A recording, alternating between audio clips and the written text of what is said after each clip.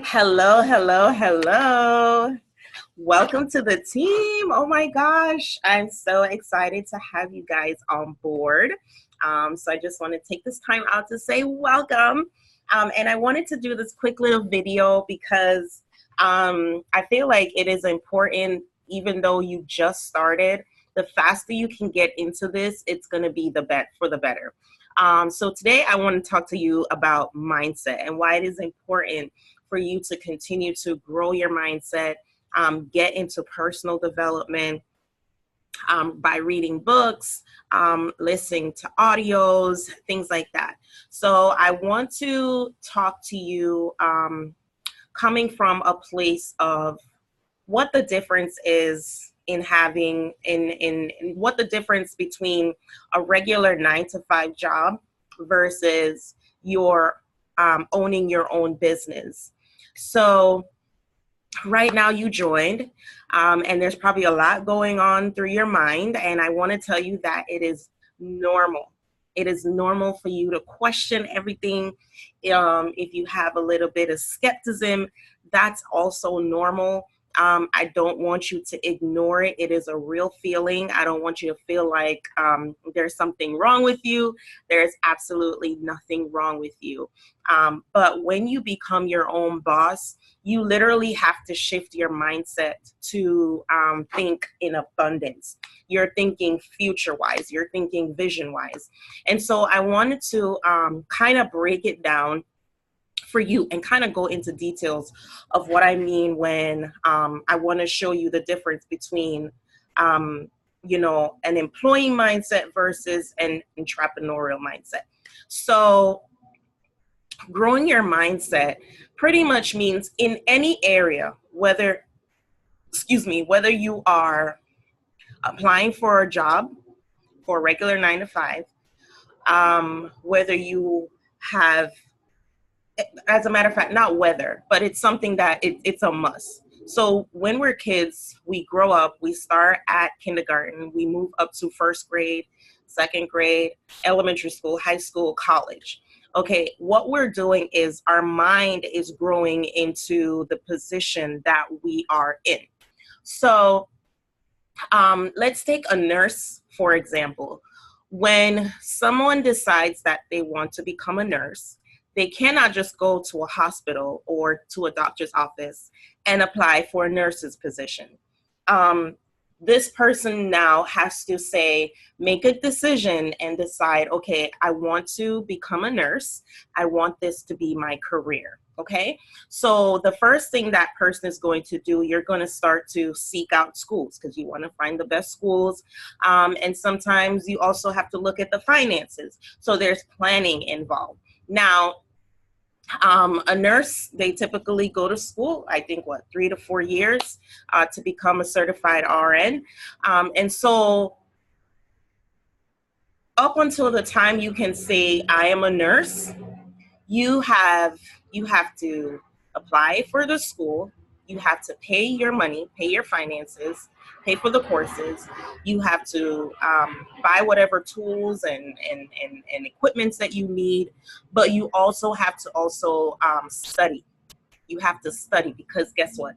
The information that you need to not just be a nurse yet, but the information that you need to become a nurse, it's in books. It's in your professor's mind. And so you're sitting in a classroom or it's an online class, but you're reading, you're growing, you're expanding your mind, you're expanding your skill. And so I want you to look at it that way. And so as you know, you start the first year, maybe let's start with the first month or the first day. I remember I studied to be a medical assistant, and I knew I wanted to be in the medical field some way, somehow. That's just something that I thought about as a little girl, that I wanted to be in the medical field. But a lot of times as kids, people ask, what do you want to be? And I'm like, okay, I want to be a nurse. That was just the first thing that was on my mind. I want to be a nurse. Because I naturally like to serve people. And so I felt like in serving people, that was my way of serving people. And as a child, I can remember that. I've always been a caretaker. When I was I was the second oldest cousin for all my other little cousins. And so when a new baby was born, I'm right there, you know? So I had that thing. So I'm like, all right, as a kid, if anybody asked me what I wanted to do, I want to be a nurse. And so I grew up with that mindset that I want to be a nurse. And so when I decided to go to college, because I didn't go to college right out of high school, right after high school, I worked for a little bit, but then when I decided to go, I said, okay, I'm going to study for my medical assistant. So the first day, of course, you know, you meet everybody and you're a little bit nervous, which is natural.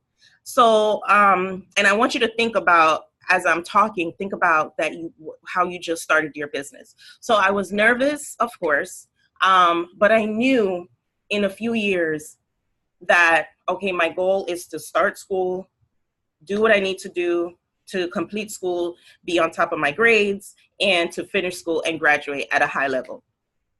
And so, you know, you start with the jitters, oh my gosh, and then you start to deal with, oh my gosh, can I really do these? These words sound so funny. I mean, medical terminology, the words are huge. This is like another language.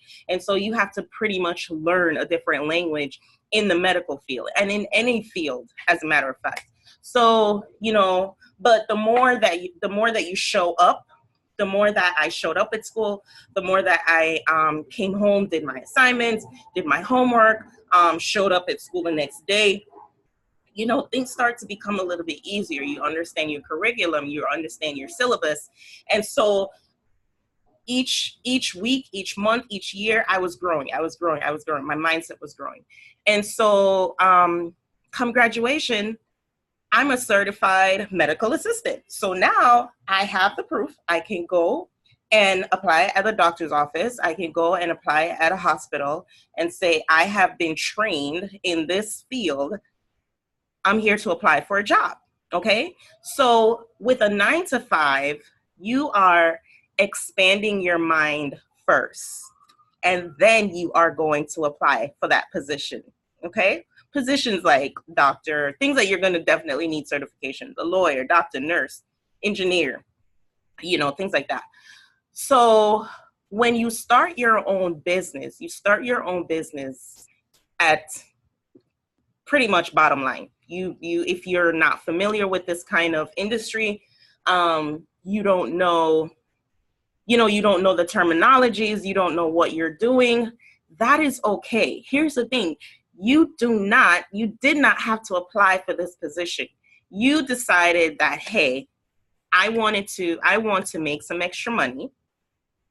I want to help other people make some extra money. My goal is to, there's a girl on our team who she's doing this business because she wants the money to be able to open up a school. You know, so there are different dreams and goals. So you have the base idea of why you're doing something like this. Here's the difference between your business and a 9-to-5. You don't have to be certified. You're not applying for a position for someone to turn you down and say no. And when you start, your mindset is, as you're growing in your business, your mindset is going to be growing along with you. So what do I mean? This means that we're reading books, we're listening to audios, we're listening to other successful people who have found success in this business, in this industry. These are the people that we're listening to, because you know what you're going to find is that the same struggles, the same things that you're going to be battling with is the same thing that these other people battled with. It wasn't until I really decided to hold my head down and intentionally allow personal development to be a part of my business. Up before that, I was an absolute wreck. It took me some time. It's going to take you time. And every day it's going to be a learning experience. You will come up against stumbling blocks. I don't know where I just left off, but my video